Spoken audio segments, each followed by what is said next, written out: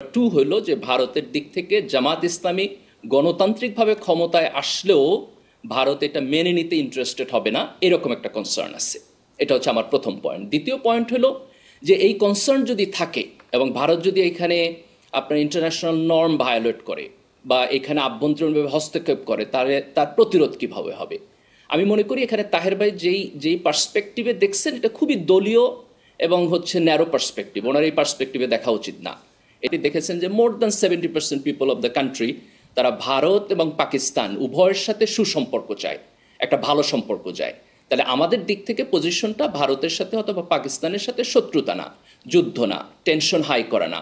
আমাদের দিক থেকে জাতীয় অবস্থানটা হবে তাদের সাথে সহ অবস্থান, মর্যাদা সম্পন্ন অবস্থান। কিন্তু সেখানে মনে রাখতে হবে যে আমাদের আভ্যন্তরীণ রাজনীতিতে, আমাদের সিকিউরিটি প্রশ্নে আমরা কাউকে হস্তক্ষেপ করতে দিব না। এটা একটা ন্যাশনাল ইস্যু। আপনার বক্তব্য পরিষ্কার।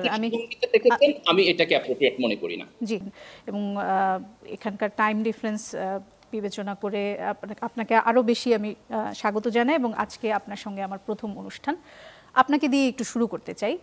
আপনি নিশ্চয়ই দেখেছেন যে জামায়াতের নায়েবে আমির জনাব আবদুল্লাহ তাহের, তিনি যদিও একটু পুরনো বক্তব্য, তবুও আমি বক্তব্যটি একটু বলতে চাই। সেটি হচ্ছে যে তিনি সম্প্রতি নিউ ইয়র্কে আছেন, সেখানে তিনি কথা বলেছেন যে ভারতের বিরুদ্ধে যুদ্ধের মাধ্যমে প্রকৃত মুক্তিযোদ্ধা হতে যান তিনি। আমি যদি স্পেসিফিক্যালি বলি যে তিনি কি বলেছেন যে অনেকে বলে জামায়াত ক্ষমতায় আসলে ভারত বাংলাদেশ আক্রমণ করতে পারে, দোয়া করি তারা যেন করে, নিজেকে প্রকৃত মুক্তিযোদ্ধা হিসেবে প্রমাণ করার সুযোগ পাবো। তিনি বলেছেন আমাদের কমপক্ষে 50 লাখ যুবক প্রস্তুত রয়েছে যারা ভারতের বিরুদ্ধে স্বাধীনতার যুদ্ধ করবে, তাদের দুই ভাগে ভাগ করব। খুব স্পেসিফিক্যালি উনি বলেছেন এক ভাগ গেরিলা যুদ্ধ করবে, আরেক ভাগকে বিভিন্ন জায়গায় ছড়িয়ে দিব।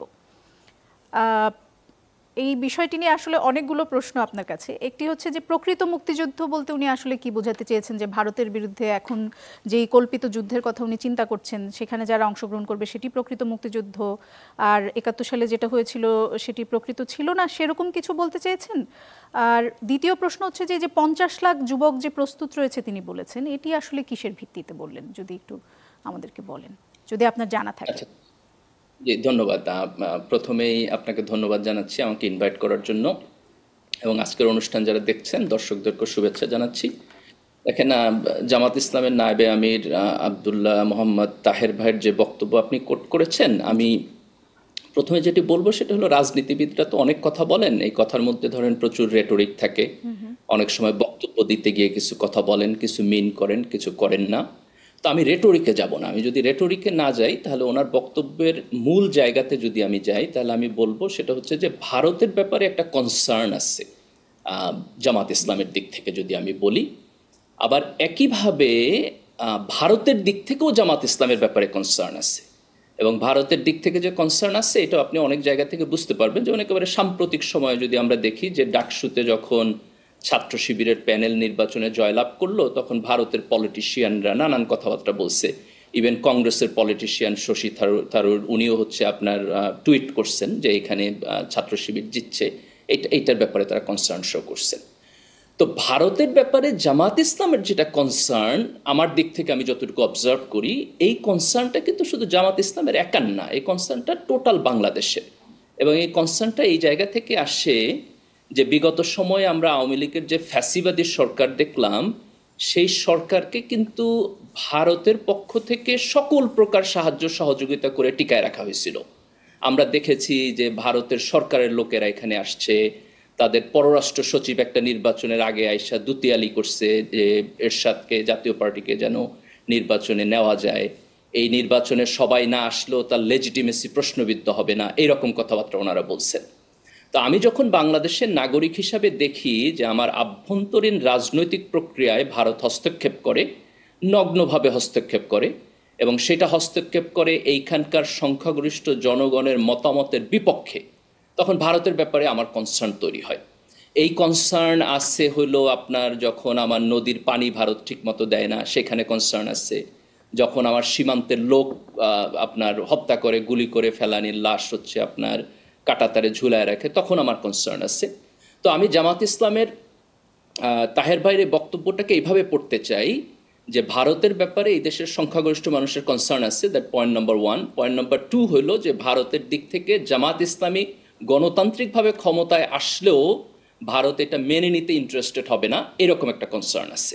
এটা হচ্ছে আমার প্রথম পয়েন্ট। দ্বিতীয় পয়েন্ট হলো যে এই কনসার্ন যদি থাকে এবং ভারত যদি এখানে আপনার ইন্টারন্যাশনাল নর্ম ভায়োলেট করে বা এখানে আভ্যন্তরীণভাবে হস্তক্ষেপ করে, তার প্রতিরোধ কীভাবে হবে।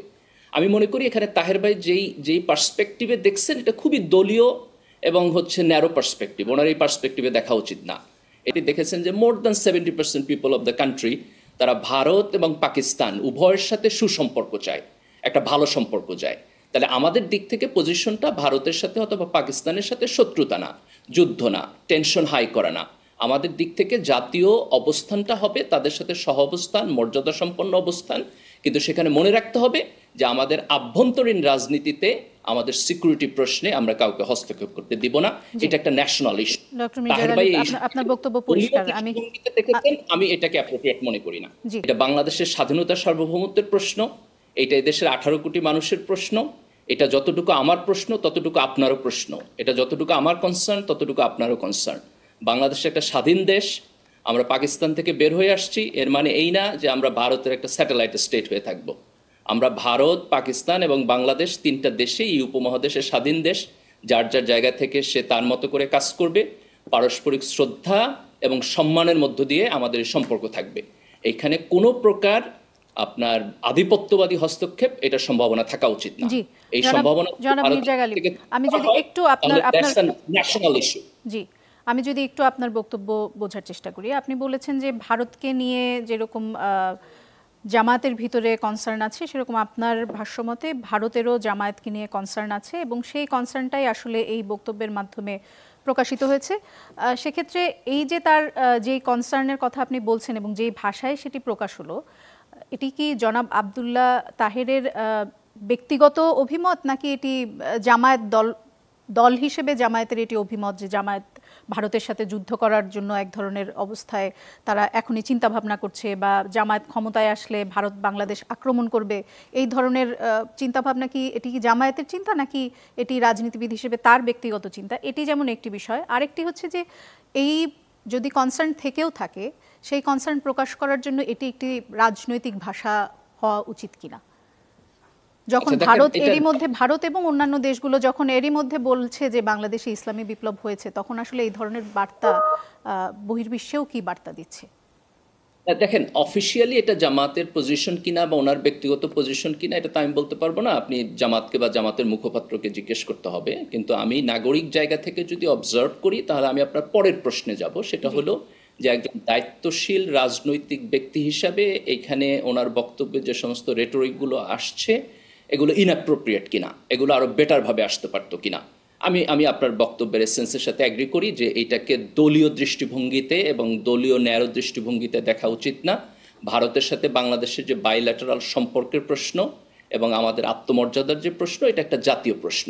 এবং এই জায়গায় একটা খুব ইন্টারেস্টিং জিনিস আমাদের মনে রাখতে হবে। সেটা হলো কিছুদিন আগে আপনার জাস্ট আমার বোধহয় যে ফিউ ডেজ বিফোর আপনার ইনোভেশনের একটা সার্ভে হয়েছে, একটা পোল, জনমত জরিপ। এর আগেও তারা জনমত জরিপ হয়েছে এবং সেখানে